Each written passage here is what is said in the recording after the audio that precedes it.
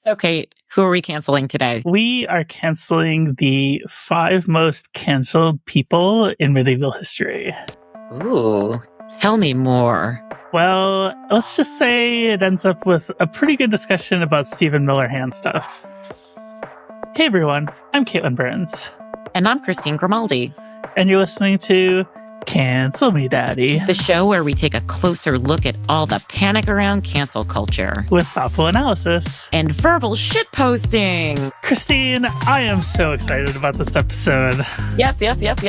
We have one of my favorite people of all time, Dr. Eleanor Janega, who is, I think, YouTube's favorite historian, somebody who I listen to on my morning walks on her podcast, Gone Medieval. And we're canceling historical figures today. Mm-hmm. I learned so much about the Middle Ages, about how cancellations from a long time ago look a lot like cancellations today. They're not as different as you would think. I mean, obviously there's differences, but a little lighter on the excommunication. I think in this episode, you'll learn why the modern right-wing conservative grifter who claims to be canceled is kind of getting off easy. Eleanor, thank you so much. This is an honor. I am absolutely delighted to talk some trash about dead people today. So, yeah, you know, can't living the defame dream. the dead. Mm-hmm. Mm-hmm. Well, on that subject, we're really throwing it back here to medieval times, and this is a podcast about cancellation. So I think that Kate and I were both curious to know, what did cancellation or the equivalent thereof look like in the thousands, 1100s, 1200s, 1300s? I think that you've kind of got like a holy trinity of things that can happen to you when things go wrong. And I suppose in this case, what we're going to call cancellation is essentially having popular opinion or public opinion turn against you. Mm-hmm. And in all cases, what's going to happen as a result of it is the people who are recording stuff about your life are going to start making up nefarious rumors about you, which then I'm going to love reading hundreds of years later. I'm going to be like, oh, go on. But I think that there's 3 major things that can happen to you. One, you can get excommunicated. Mm-hmm. And I know now to us that sounds really kind of like nothing, because we have a really different relationship with religion and with ideas of Christianity or indeed just Catholicism writ large. But in European society, most people are Catholic. And this, idea that you would be outside the community of Christians, that's really threatening, actually. And now, as we will see with some of the people that we're going to talk about, whether or not they really believe the Pope has the possibility of doing that, it's up in the air, but it is still a threat for a lot of people. The other one is like essentially house arrest. And it might not sound that bad to some of us because, these people are like, oh no, I'm living in a castle for the rest of my days. But, it does mean a major climb down in society in terms of the power that you can wield and certain things that you can do. And so that happens rather a lot. And then number 3 is just straight up getting killed. There's rather a lot of around the shop. And maybe you die by your own hand in some circumstances. Perhaps you are killed by the state, things of this nature, but there is some death around the shop. So it's 3 really serious kind of things. It's, loss of freedom to move around, loss theoretically of your eternal soul, and loss of life are the big 3. So it's no joke, except I'm still going to make fun of it. So what are you going to do, I will say this episode in particular is going to focus on European, mostly medieval history. So don't take this as a complete list of history's absolute most canceled people. After all, we have to make further episodes down the line about other periods of history. So I could talk about my favorite guy, Benedict Arnold, at some point. Oh, this guy. Oh, okay. Yeah. All right. But we won't get into that today. That is a future concept, I think. But I wanted to start in medieval England with Edward II, Isabella, the She-Wolf of France. Okay, so you did a whole series. I'm finger gunning. I realize that it's an audio format, but I'm just like pew pew pew. Yes, love these. we are on YouTube now, so there you go. as well. But Like this, you guys did a fantastic series about this on your podcast, Gone Medieval, and I was just enraptured for the entire, 6 hours or whatever of content that you did on these people. But who are they, and why am I so excited for us to talk about this? Okay, well, in the first place, these two are absolutely bonkers. So you kind of have to talk about both of them. But they're really interesting because I think what happens with both Edward and Isabel is that it really subverts people's expectations about what people might be thinking people are like in the Middle Ages, right? There's this tendency to think, okay, the Middle Ages is basically, we have all the same biases and prejudices. We think about things in exactly the same way that we do now, except it's just worse because it's in the past. But in reality, things are incredibly nuanced and people think about things different ways. So the unnuanced way of talking about Edward II, King of England, who reigned in the 13th century and early 14th century, is that he was deposed and killed for being gay. That is not what happened, just to be clear. So, no, he was wasn't he a character in Braveheart? He is indeed a character in Braveheart, in which also I believe that William Wallace in Braveheart has an affair with Isabella the she-wolf, who was actually a child in that time period. A literal child. An actual literal child. I mean, the great thing about Braveheart. The great thing about Braveheart is that it's got a historical inaccuracy on like the first screen where it's got like the dates of kings wrong. And you're like, great, good job, everybody. We know what we're in for now. Yeah. Yeah, it's fine. But okay, so Edward's deal is that he is one of our premier queer kings. Like, absolutely, at the very least, we can call the man bi, right?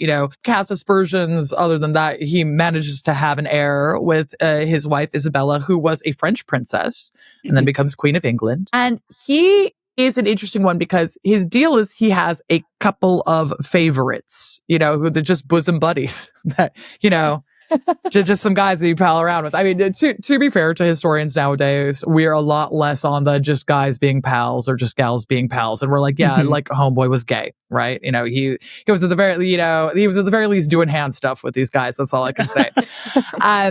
But basically, he's got a series of boyfriends, and when Isabella shows up to marry him, he's got this one boyfriend, and she's just sort of like, you know what? I am a princess. You don't get married because you love someone. When you are a king or a princess, you get married because it's a political thing to do, and it's something that is necessary in order to secure peace. And getting a French princess is kind of as good as you could possibly get. And for Edward, there are a lot of problems with the Scottish Wars, so we're going to want a strong French household to help us beat up people. But the thing is, he's also got a boyfriend at the time, right? So the thing about this is this seems to be pretty okay with Isabel. She's pragmatic. She's like, all right, whatever, there's your boyfriend. Great, got it. Yeah. Like, whatever, as long as I get knocked up in the usual way, this is absolutely fine. But what ends up happening is eventually original recipe, original flavor, boyfriend dies. Edward is thrown into a bit of a tailspin as a result of this. But then luckily he goes ahead and he gets a new boyfriend. So you're talking about the first one was Hugh Despenser the Younger, right? Am I remembering that that's right? That's right. And the second one is Piers Gaveston. Gaveston, And Gaveston presents more of a problem because by all accounts, he's just intensely unlikable. It's just like, he is really conniving. He is really like, yeah, I'm the king's boyfriend. You all can't do anything to me. And Edward is completely in his thrall. And what he ends up doing is taking a lot of people's lands off of them and giving them to Piers. Which goes down really poorly. So it's not the fact that Edward has a favorite. Kings have favorites all the time. Sometimes, it's women. Sometimes it's men. That's not the issue. The issue is taking away the land of the nobility and giving it to other people. So this displaces a lot of noble people who all go where? Ooh, the French court. Eventually, Isabella is like, yo, you're like giving away my lands to your boyfriend at this point in time, and I don't love it. So she goes back to the French court, which also Edward, he's so dickmatized, he doesn't know where his wife is. He's like, I guess she's gone back to the French court. Oh, has she taken our heir, Edward III? I'm sure that's fine. that there will be no repercussions for me. There. I don't. Yeah. And, you know, Kate and I were talking about favorites, trying to apply them to today's politics, and Stephen Miller as a favorite for Donald Trump. You know, my like God, that's whether so that's good. just, you know, just like broing out, but like broing out with a intensely unlikable, highly influential person. Do you think they're doing hand stuff? Oh, Trump I think I'd like to believe so. You know, like if they were doing hand stuff, at least it makes a little bit more sense to me. I'd be like, I also thought there you go.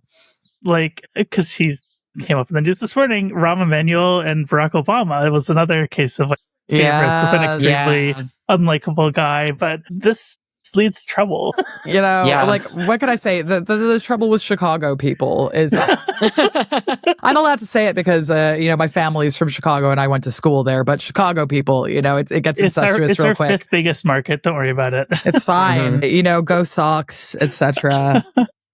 You know. It's okay. I eat Chicago hot dogs. I don't think that ketchup belongs on hot dogs. So anything that I say is correct. And also, Chicago pizza is better than New York pizza. Thank you. Ooh, that's a hot take. That's a hot take. And now everyone in your New York audience is mad at me. So things are going well.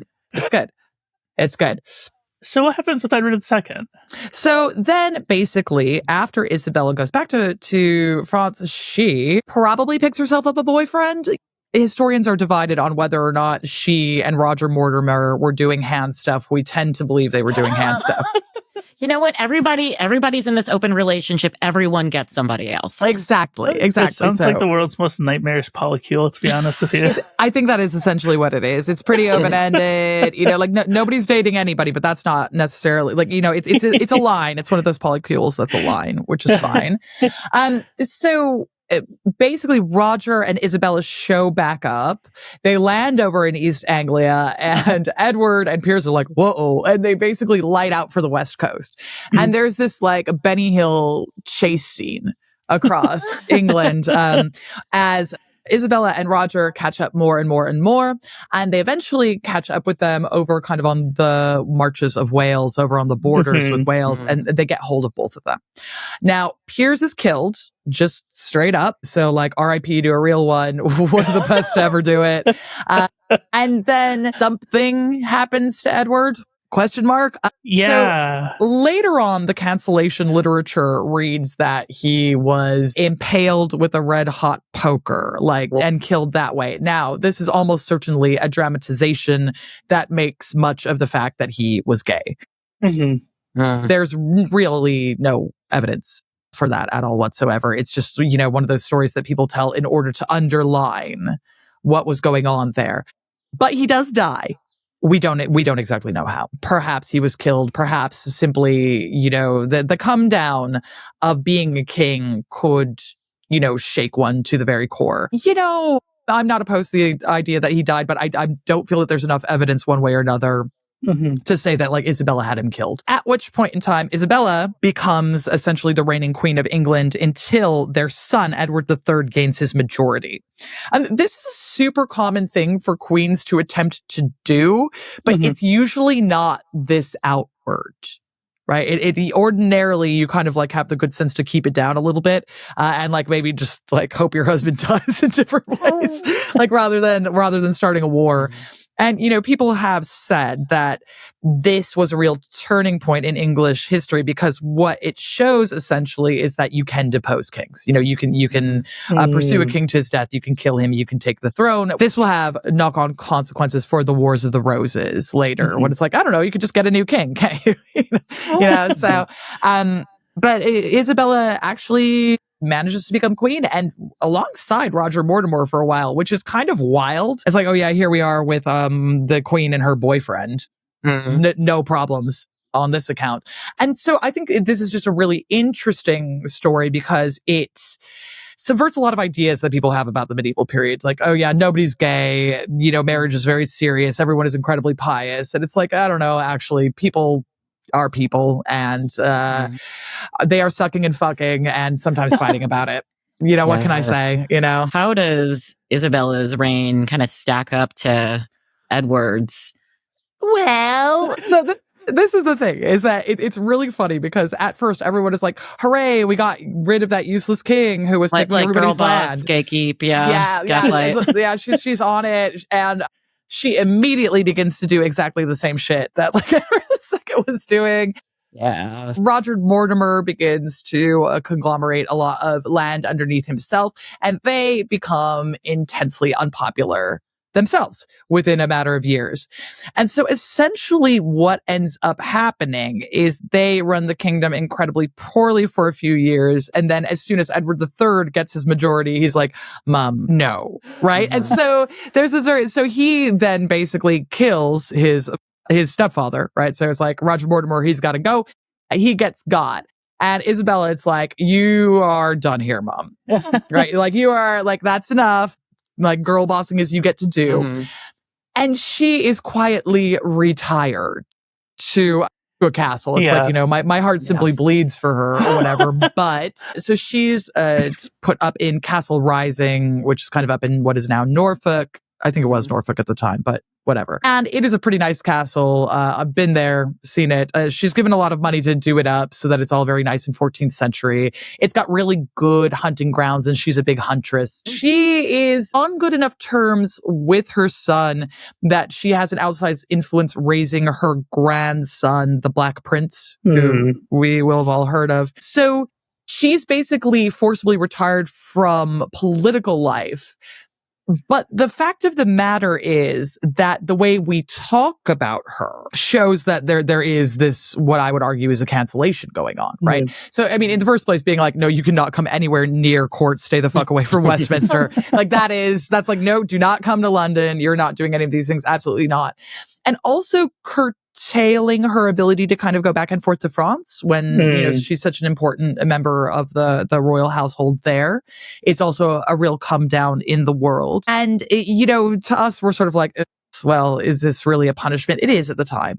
And indeed, her nickname, Isabella the She-Wolf, is meant to be kind of like a diss. Now, I just think it's cool. Yeah, it's kind of badass. And like, unfortunately, this is like real girl boss stuff to me. It's like the only girl boss who is actually cool. But she's like involved in all kinds of weird political intrigue. Like she's involved in what's called the Tour of Nestle affair, where basically like she accuses all of her sisters-in-law down in France of having affairs, which like calls into question all of French succession, which is essentially what starts the 100 Years' War. Because she's all like, well, actually, my lineage, Edward III should really be the king of France because like all your wives are trifling. And so it's like, I mean, were they actually trifling or was she like, this is like an opportunity to get my kid on the throne? Who knows? It's really interesting too, because Edward III turns out to be a pretty good king from what I understand. Yeah. As English kings go, he had a lot to dig out from underneath because his mom and father sucked so much. So, but he did a really good job of kind of like bringing taxation back into feasible levels, kind of making a better peace with the nobility, which is always going to be the biggest issue when you are royalty, getting along with those guys. And he does kind of get things way onto a much more even keel. I guess is the thing to say. So they managed to raise a pretty good kid despite all of the drama. So, hats off to tutors, I guess. Like, like whoever was raising this kid did a great job. I could spend the entire episode talking about these two. They're just my favorite. Oh, they're so good. They're so good, honestly. But we do have other people to get to. And I think I want to sort of keep it in the England-France region for now. And we were talking, when we were planning this, you mentioned Eleanor of Aquitaine, who's another of my favorite historical girl bosses.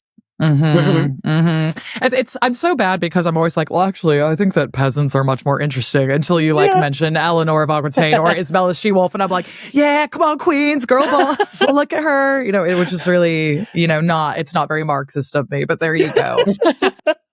I was named after Eleanor of Aquitaine, so I have a real, which is it's nominative determinism. Yeah, there's nothing I can do about it, right? I had no choice in the matter. So, but she's one of these really interesting ones because I would say that she's probably one of the only sort of household names you get from the medieval period. It's like her and Joan of Arc, like for women. I mean, the Black Prince, you say that, people's ears perk up, things of this nature. But, Eleanor of Aquitaine is one of those ones where even if people don't know who she is, you've probably heard the name before. Yeah. And she's probably one of the most powerful women who ever lived. One of the only women to ever be both the Queen of France and the Queen of England, which incredible stuff. And, noted babe, like everyone is constantly talking about how incredibly hot she is. And also just incredibly smart and so everyone's kind of like, uh-oh. She's a real threat, right? She's a incredibly well educated, incredibly hot, and everyone just begins to like sweat the moment she enters rooms. They're like, I don't really know what to do about this. And by all accounts, she is a force of nature, which means that she's constantly being canceled, for her temerity to be an incredibly forceful woman. This kind of begins the minute she becomes the Queen of France, which she has basically no say in. She's the largest non-royal landowner in Europe after her father dies, and she becomes the Duchess of Aquitaine. And so essentially she is immediately married off to the French prince because it's you have absolutely no say in this matter. There you go. Here's your job. She's the one that you always want to marry in Crusader Kings 3. Yeah, and then you're fine, right? And the thing is that Louis, her first husband, sucks so much. He's just so stupid and bad at his job. And so he's constantly beefing with the Pope. He's skirting so close to excommunication all the time. And Eleanor has to get in and she plays her cards really interestingly in order to get him out of trouble, where she goes in and she's like, oh, I'm just a little woman. Oh, you know how women are. We're just oh, so emotional. Ooh, I'm crying, Pope. Oh, I'm sad I'm not a mommy. And then he's like, well, and so she kind of gets him out of trouble. But then they have to go on a crusade, which is rather the thing that the popes ask for at the time. So they go off on the Second Crusade, and Eleanor does this cool thing where she commands her own forces from Aquitaine, which is really interesting. Wow. And over they go to go to the Levant, and on the way everyone is awooga everywhere she goes. She gets to Constantinople and everyone is like, oh my god, look at the hot lady on a horse, and so everywhere they go that's happening. Now then they get over to the Levant, and her husband is just a moron. She's trying to kind of hook things up to help her uncle, who is the duke of one of the stupid Crusader kingdoms. Louis refuses to listen to anything. They're just trying to shore up varying provinces, and he's like, I think we should go to Jerusalem because I've heard of it. Basically everything falls apart, and as a result of this, Eleanor gets blamed. Oh, no. So it's there are several kind of battles that just completely fall apart because the armies get fractured and they're not together. And so everyone starts going, it's because Eleanor had too much baggage because you know how women are. You know how they be this shopping. Spaceballs. Let's come on. I know. It's 100%. It's it's where really they got the plot from, yeah. Yeah. And so, there's, in the first place, there's that. In the second place, she gets then accused of having an affair with her uncle, because it's oh, why you want to help your uncle? Because he's a local and he's smart and he knows what is actually happening on the ground. I bet you're having sex. That's what's happening. And it's just I just want her husband to get one of those medieval, I don't know, plagues or whatever, and so that she can get it on the crusade with somebody worthy of her. So what happens to her then after this? So after this, they're basically that's it, we're getting divorced. She writes the Pope and is I'm too closely related to my husband, and the Pope is yeah, your husband does suck, fair enough, here's your divorce. Do what you gotta do. Do what you gotta do. She immediately then goes and marry Henry II, the King of England, who is more closely related to her.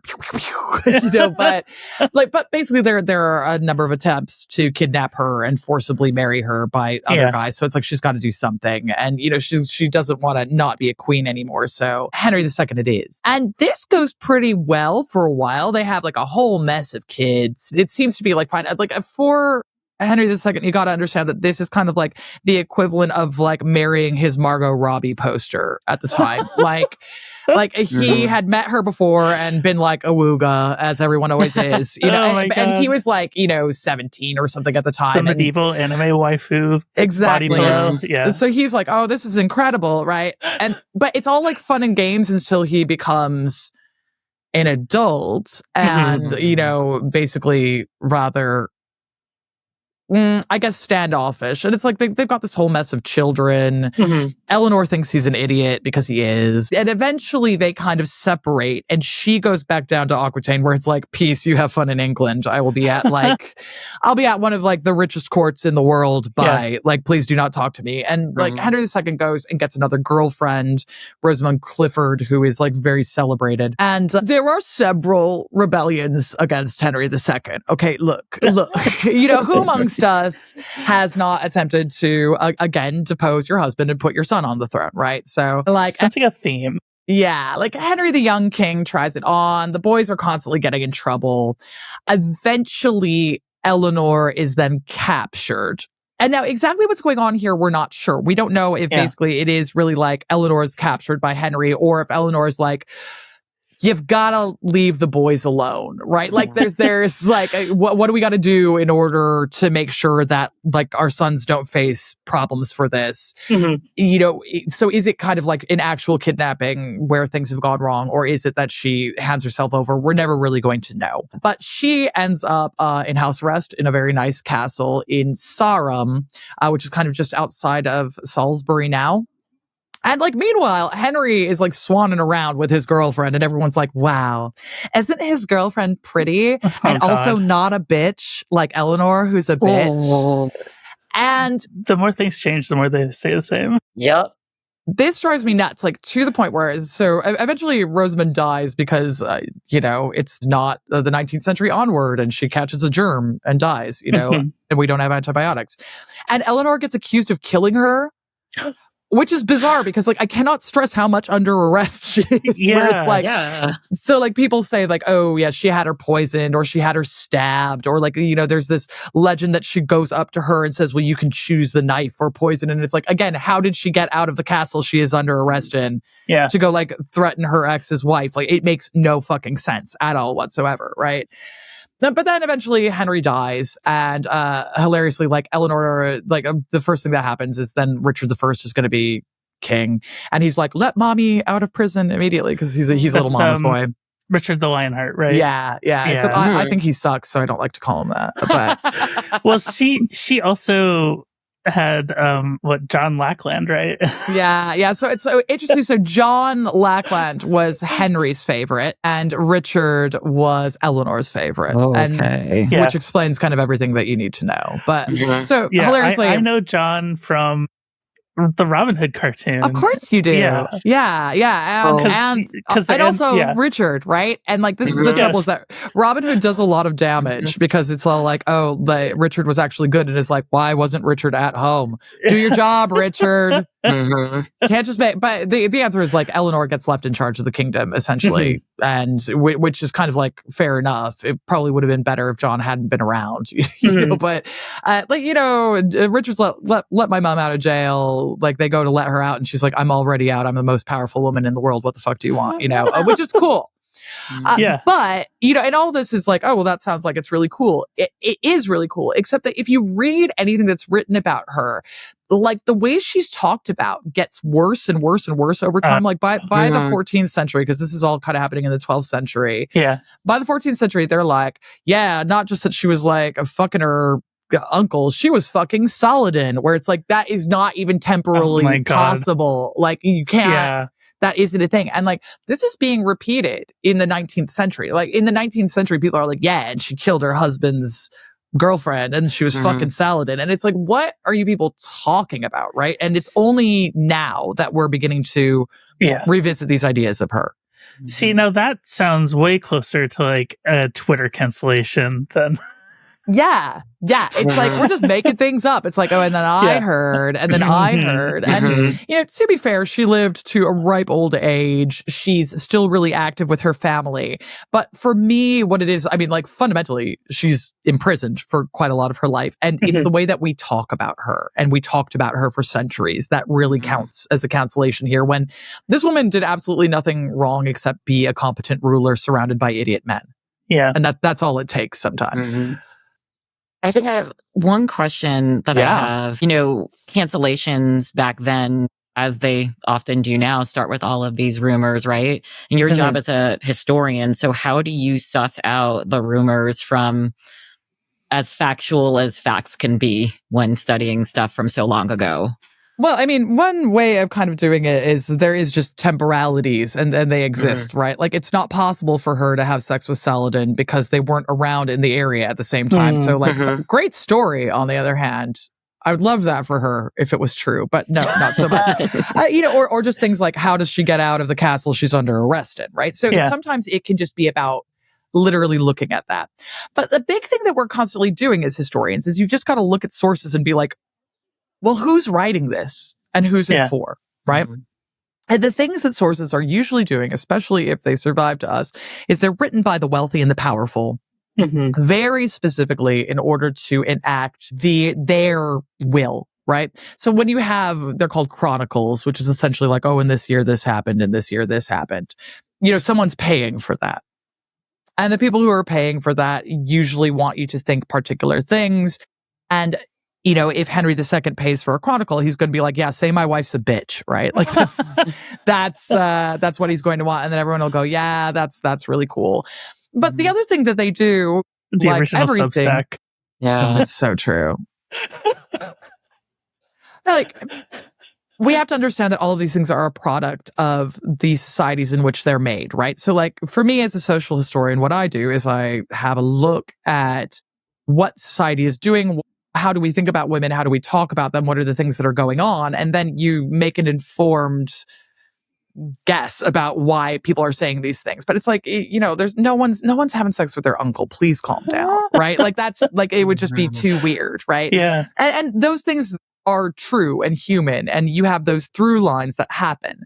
But basically, it's a lot of double checking, and you can usually kind of like match sources to each other, try to compare and contrast about what varying people are saying at varying times.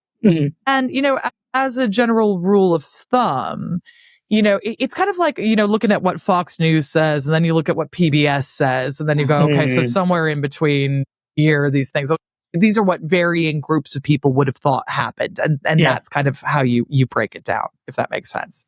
Yeah, it does. That does make sense. Christine here. If you're enjoying this episode, consider subscribing. We publish every other week, so be sure to ring the bell to be notified for our next episode. Again, Eleanor of Aquitaine is somebody who I could talk about for hours. Oh my God, yeah. I'm so Unfortunately, we do have a time limit on this podcast. I know, I'm like, come in and let me tell you about some of the most interesting people in the world, but well, I wanted to move on to one of my personal favorite people in history. Well, I guess they're all favorites. Like, what am I saying? They're all good, yeah. Frederick II, the HRE emperor, who's like, at some points he's called like the god, like a demigod, who is like, he paints like Da Vinci, and like, he has prose and he can talk like Chaucer and all these other things. And also, he's been excommunicated 6 times. What a guy, and called the Antichrist by the Pope. Like, first of all, what a badass! One of the best to ever do it is the thing about Frederick II. I'm obsessed. I'm a Holy Roman Imperial expert. What I'm really interested in is the middle of Europe and what these crazy guys are up to. And Frederick II is one of the best to ever do it because he becomes the Holy Roman Emperor at like almost the apogee of their land. Like, he's ruling so much land. So it's like the Holy Roman Emperor at this point is ruling pretty much what is now Germany, northern Italy, Burgundy, what is now the Czech Republic, Switzerland, like just a huge amount of land. Plus, because of marriage, Frederick II also owns Sicily, which is essentially southern Italy. Yeah. This causes a problem for the papacy, who are like, because they're like in the middle of like all of the Holy Roman Imperial land. And they're like, well, I don't love that. Yeah. And the reason that he ends up getting excommunicated 6 times is that we're in the middle of what we call the Papal-Imperial Rivalry.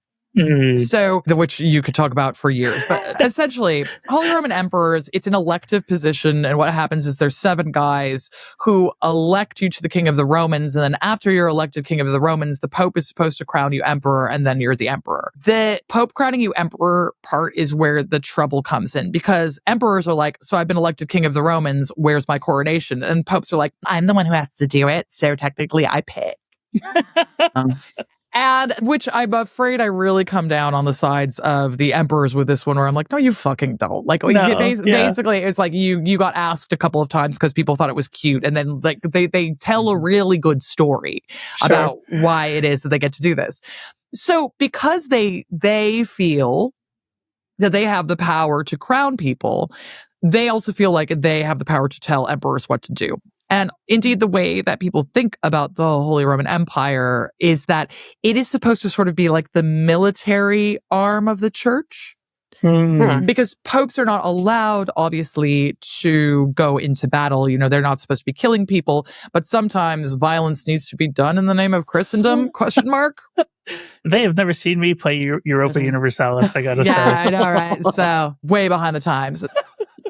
So basically, like, their thing is they'll say that it's like called the allegory of the 2 swords, and they'll say, Jesus invested St. Peter with 2 swords, and one is the sword of spiritual power, which is what the papacy wields, and then there's the sword of temporal power, which the papacy has granted to emperors in order to go do these things. But Frederick doesn't want to do those things. Frederick wants to hang out in his really great palace in Palermo with his vast army of side pieces and take baths. Honestly, that sounds amazing. Yeah, it's kind of a mood. Yeah. It's like season 4 White Lotus. It's 100%. And like, he's doing like my man is a very keen hawker. Like he's spending a lot of time with his falcons. Oh yeah, that's one does.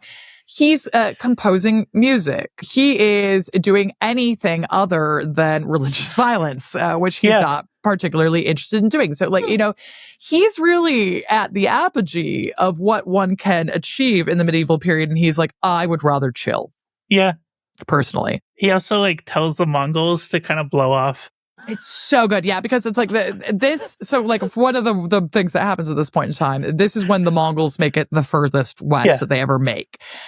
And like these guys are so in Hungary, like it's not good. Like the Czechs are out there going like, God, no, Mongols, and like, so like the Czechs managed to kind of like draw a line under it. And the Pope is like, I swear to God, get out there and like do something about the Mongols. And he's like, no, essentially. And then so like hilariously, like the Mongols then write him this letter and they're like, come out, you little bitch. Like, I'm going to come fight you. Like, and all this stuff. And like Frederick writes this letter back and is like, oh, word, you're going to take over Europe? I am a really keen falconer. So if you are looking for someone to look after your falcons, that could be me. I just do not give a fuck. And it's like, it's very funny because it's kind of like, what's your job like after the communist revolution? It's like, what's your job after the Mongol invasion? He's like, I could be the chief of the Falcons. That's fine. So like he gets excommunicated for that one. But then eventually the Mongols just kind of wander off because one of the Mongols dies and they all got to go back to Mongolia to have an election. So they're just like, all right, well, you guys weren't even fun. And they just like leave. It's like, they wanted like this big scene and it doesn't actually happen. But he also gets excommunicated all the time because the Pope is like, go on crusade, and he's like, oh yeah, man, any minute I'm gonna go. And then like he'll do things like get on a boat and be like, oh, my tummy hurts. and then basically get back off the boat again, and the Pope is like, you said your tummy hurt last time, and he's like, well, my tummy hurts, and there's no ginger ale on the boat and I had to go back home, and things like that. So there is this like ongoing excommunication where like Innocent IV is like, I swear to God. Eventually he kind of like slopes down to Egypt in the most cursory possible way and is like, crusade. And then like goes back home, right? Like he just does not care. Yeah. And this is a really interesting one, right? Because you get the church's side of things where they're like, this man is literally the Antichrist. Like, I can't believe that he wields this much earthly power and he is unwilling to do what we believe the correct thing for Christendom is. And there are also like interesting myths about him at the time where they'll be like, oh, he does these infernal experiments where he like takes children and doesn't let anyone speak to them in order to see what like the language of angels is, and like, you know, what their natural language would be if they're let up alone, and then the children go mad. You know, there are rumors that he's doing weird things to criminals, like scientific experiments, like, you know, like essentially doing vivisection on them and things like this. And for my money, these things are almost entirely apocryphal, and this is just in the, oh, he's a real Antichrist legend kind of a deal. Not that I'm here to defend powerful men in the medieval period. They're all trash, right? Like all these people fucking suck, right? Like his incredible and unimaginable lifestyle, which, you know, is incredibly enviable, is, you know, built on the back of servitude and, you know, unfree people that he gets to glean off the top of. So like, let's not go too far. But the fact of the matter is, I just don't think that he's cutting open prisoners alive when he could be hanging out with, again, his army of side bitches in his like immense bathing palace. I think that he was doing that instead. And like, you know, so, and this is like a thing that like sometimes my students will bring up to me. They'll be like, oh, but what about all this stuff about vivisection? And I'm like, just say it back to yourself. And then also knowing what we know the papacy thinks about this guy, like who's writing this down and why? And that's what we have to ask ourselves. I'm curious, what was like the average peasant's take? Or did the average peasant even care about this stuff? Like, what was public sentiment like about this guy? It's difficult for us to know what's going on with peasants, obviously, because nobody asks them or writes anything down. Some peasants really do kind of like the idea of crusade because every Christian in their hearts longs to go to Jerusalem someday. It's probably not going to happen for them, but they like to think that they maybe could. I think if you asked a Czech peasant or an Austrian peasant, they'd be like, hey, fuck that guy, because they were out there like fighting Mongols for a minute. And they're like, I don't love it. You know, like that's not so great for me. But if you ask a Burgundian peasant, the Burgundian peasants are going to be like, what? I don't know, man. Like, you know, like I'm enjoying this wine right now, you know? So because he rules such an incredibly vast amount of territory, you're going to have really differing opinions depending on where you go. Interestingly, I think that there are real differing opinions about him on like the higher levels of the social echelons, because to a certain extent, kings and queens don't want to be told what to do by the papacy. And they really resent the idea that the papacy can kind of hold excommunication over them and dangle it around. And, you know, the papacy really does that for them constantly. And so, you know, on the one hand, you're like, well, hey, fuck this guy. He has way more power and land than I do, and I don't like that. But on the other hand, you're like, ooh, but I don't like the idea that the Pope gets to make these diktats either. So there's a real kind of ambiguity there about whether or not people like him. And I think that, you know, if you're the King of France and he owns Burgundy, you're like, I'm not a huge fan. Thank you. You know, but if you're the King of England, you're like, that's kind of amusing. Like, I'm mildly amused by all of this. So it's a really mixed bag, I think, in terms of how people view him. Yeah. So we don't know much about peasants' lives, and no, unfortunately, which really sucks. You know, we can do a lot through extrapolation. And, you know, we can get a lot by looking at stuff like, I don't know, taxes. You know, you can see what people are kind of paying and get an idea of how they're living their lives. You know, you can look at what sermons are being preached to them, and you can find out like what's going on with them, like who's having sex with who, which is everybody and everybody, you know, and they're like, I swear to God, put that dick down. And peasants are like, no, you know, so like that's going on a lot. But you know, source survival is really difficult for the Middle Ages because it's just a really, really long time ago. You know, we're talking about things that happened 800 years ago. And, you know, what I always say is, you know how every time you like move house, you like throw away your old phone bills? Like that happens over and over and over again through this period. Medieval people are more obsessed with the antique period than anything else. So they always privilege keeping things from like Rome around. Like if you're going to have to throw something out, they're like, oh, keep the Roman thing. And then also everything is lit by fire. So things just burn down all the time. And then, you know, occasionally you get Henry VIII and he comes along and destroys all the monasteries and you lose all the records for that.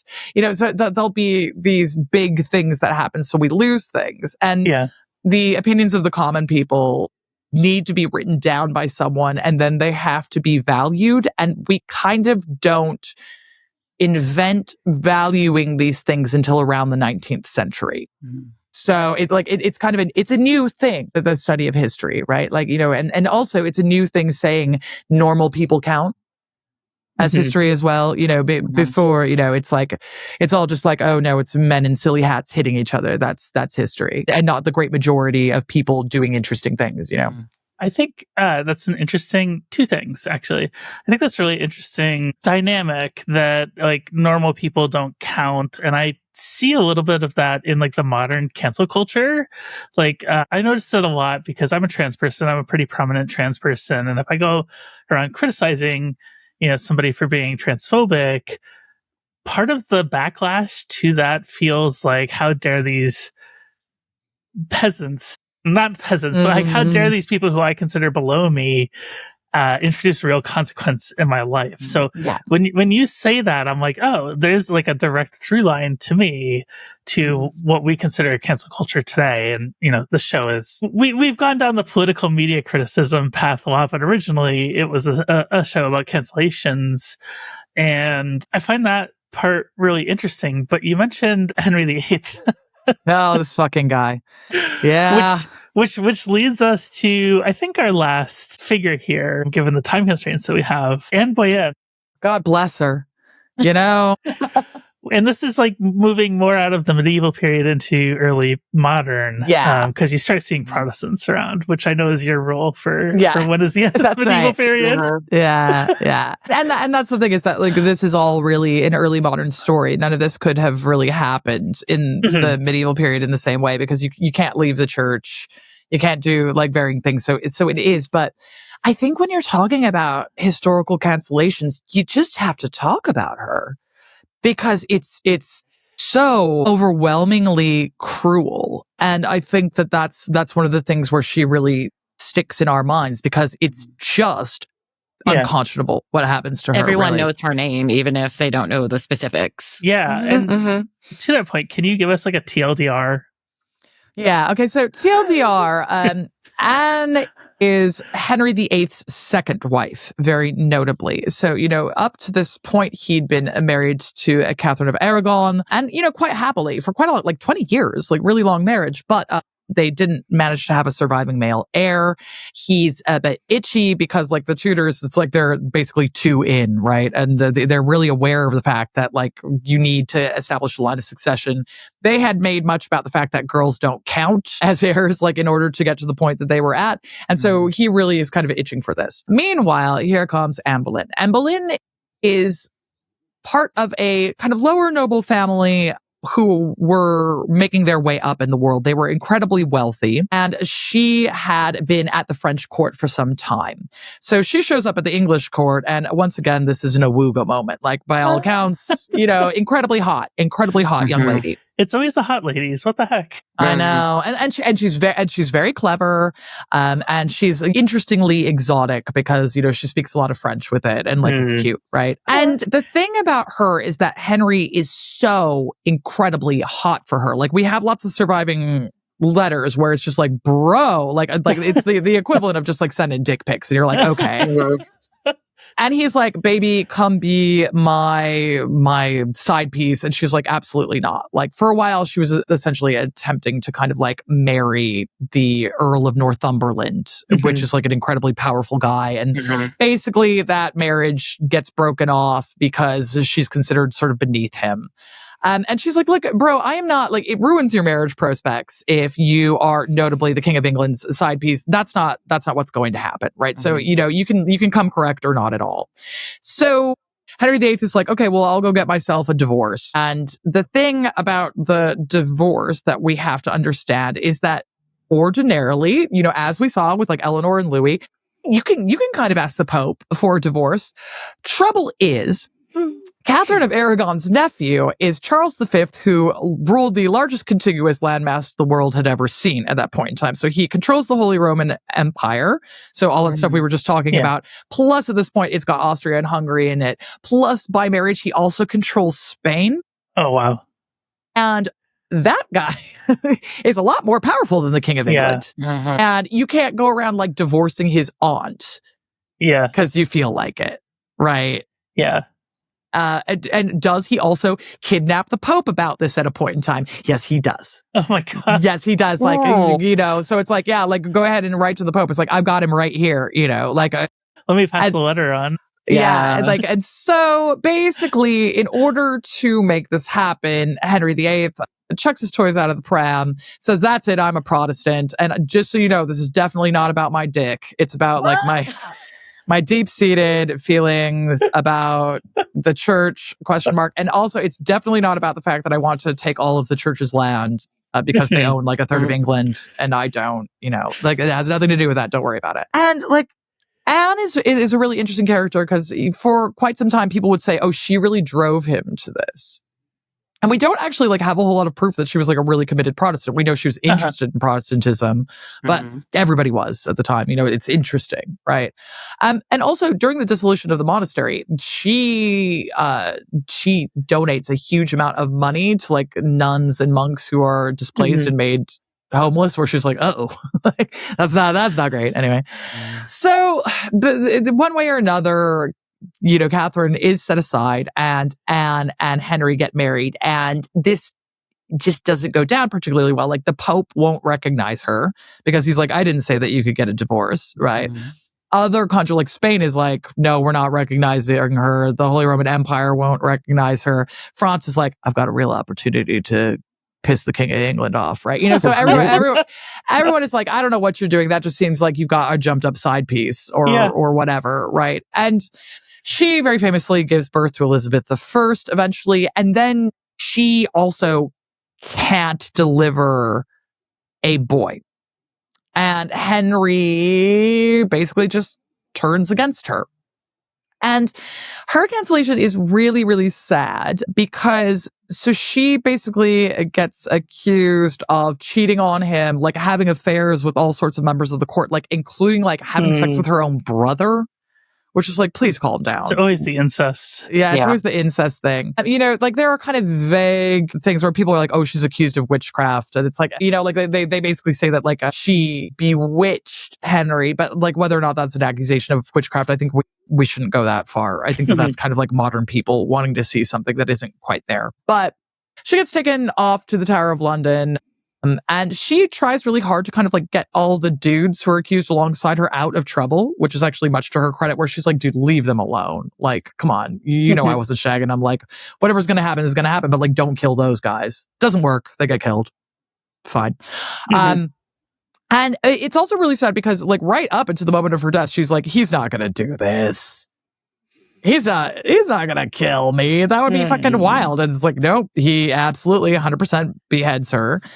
And you know, the thing about this is it's not just the death. Like the death's bad enough. Obviously, having your husband kill you is not good, right? Like this is just a state sanctioned, like, you know, domestic violence, right? Like the man's a serial killer. That's the thing about Henry VIII and we don't talk about it in that way, but he is a serial killer. And the things that are written about her afterwards are disgusting. Like there's all this stuff about talking about how she's deformed. She has like 6 fingers on each of her hands. Like she's this horrible conniving monster.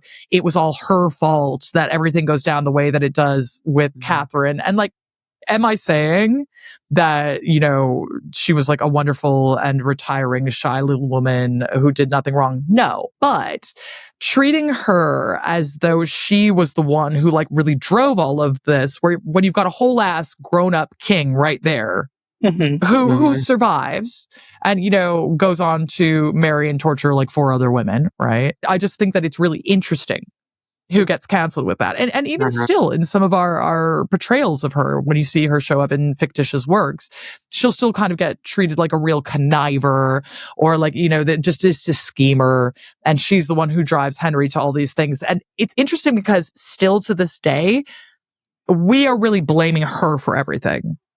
When I think that it's just really strange in that particularized society to say that the woman is the one who has all the power here and is doing all these things. I'm like, since when and how, you know? And luckily we're coming out of these portrayals. I think people are becoming more nuanced with the way that they think about her. And I think that a lot more interesting work is being done on her at this point in time. But she's really one that we're still kind of struggling to kind of get back and really have a clear-eyed view of her because, everybody likes this story about like the bitch woman who has kind of like led a man astray. Right. And although, God, why on earth you've got to defend Henry VIII? I'm like, under no circumstances do you have to hand it to that man. Right. So, but yeah, I think that she's like a really misunderstood figure of history. Yeah. And, indeed, it's like her and Edward II of everyone we've talked about who actually gets killed for it. Yeah. But she 100% does. And it's really, really sad, Well, hopefully, Cancel Me Daddy can be on the vanguard of exonerating Anne Boleyn. Anne Boleyn. Like at the very least, a style queen. Like if you go look at her portraits and stuff, the bee necklace, the French headdress, she had it going on. You go look at Jane Seymour, who comes after her, and she's like, "I wear the proper English gabled headdress." Boo, boo, boo. No, like it was illegal for women to have style. That's what actually happened with Anne Boleyn. Yeah. So we only want frumpy queens here in England. So, yeah. Well, Eleanor, this has been wonderful to speak with you. Just, I can't express how happy I am about this. But with excommunication, being deposed, and death, it sounds like the modern right-wing comedy bros have nothing to complain about if they just lose a job. I mean, it's like, they lose one job and they like get a Netflix special. So, I'm afraid that it just doesn't count for me. They're like, I'm just like Galileo, I swear. God, I wish. Put them all under house arrest and then we'll talk. That's all I have to say. Yes. This has been so much fun. Oh my God. Wait, I have to know, did Catherine, like they were married for 20 years before he turned into a serial killer. Was he fucking people that whole 20 years, or was he pretty faithful the 20 years and then all of a sudden kind of... He definitely has some bastard children. Yeah. So, but it's just the difference is he isn't saying like anything about it. It's just like, like whomst among us doesn't have like a side piece and a bastard child. That's fine. Like, absolutely chill on that front. But, that's also kind of part of what he uses to kind of like turn against Catherine, because he's like, well, I've had boys with other women, so this must be a you problem. The fucking asshole. He is just the worst. Like, he's a really, really, really bad person. So, that reminds me of this story that I heard a while ago about this guy who only had one ball and insisted that he could only have sons because... From that ball? Each ball has each gender in it, so it depends on which ball the sperm comes from. Yeah, and then like later in life, he had a daughter, and he was like, "Oh, I guess I was wrong." And it's like, "Yeah, no shit, you were wrong." Fucking moron. Okay, all right. Yeah, your balls are magic, sir. Sure. Yeah. Why not? A ball binary is really not something I thought I would learn about.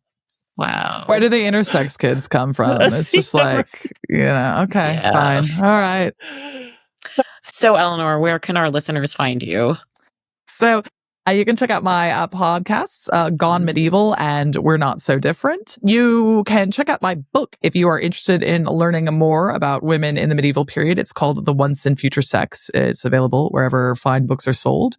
And I am on the socials at Going Medieval, a little bit more blue sky than Twitter or X, the everything app these days because of all the Nazis. But, I'm around, I'm posting, and I am generally talking about how I think medieval people are cool. Thank you so much. Twitter is the one place we're allowed to dead name on this show. That's right. That's right. All right. Thank you so much. Thank you so much for having me. It's been such a pleasure. Thank you so much for watching and or listening. If you appreciated this episode, make sure to like and subscribe. Ring that bell on YouTube. And our Patreon's great. We have a monthly live stream that we're doing now for Patreon members and YouTube channel members, by the way. And you can get early access to all of our episodes as well. So go check that out at patreon.com/cancelmedaddy. Happy canceling!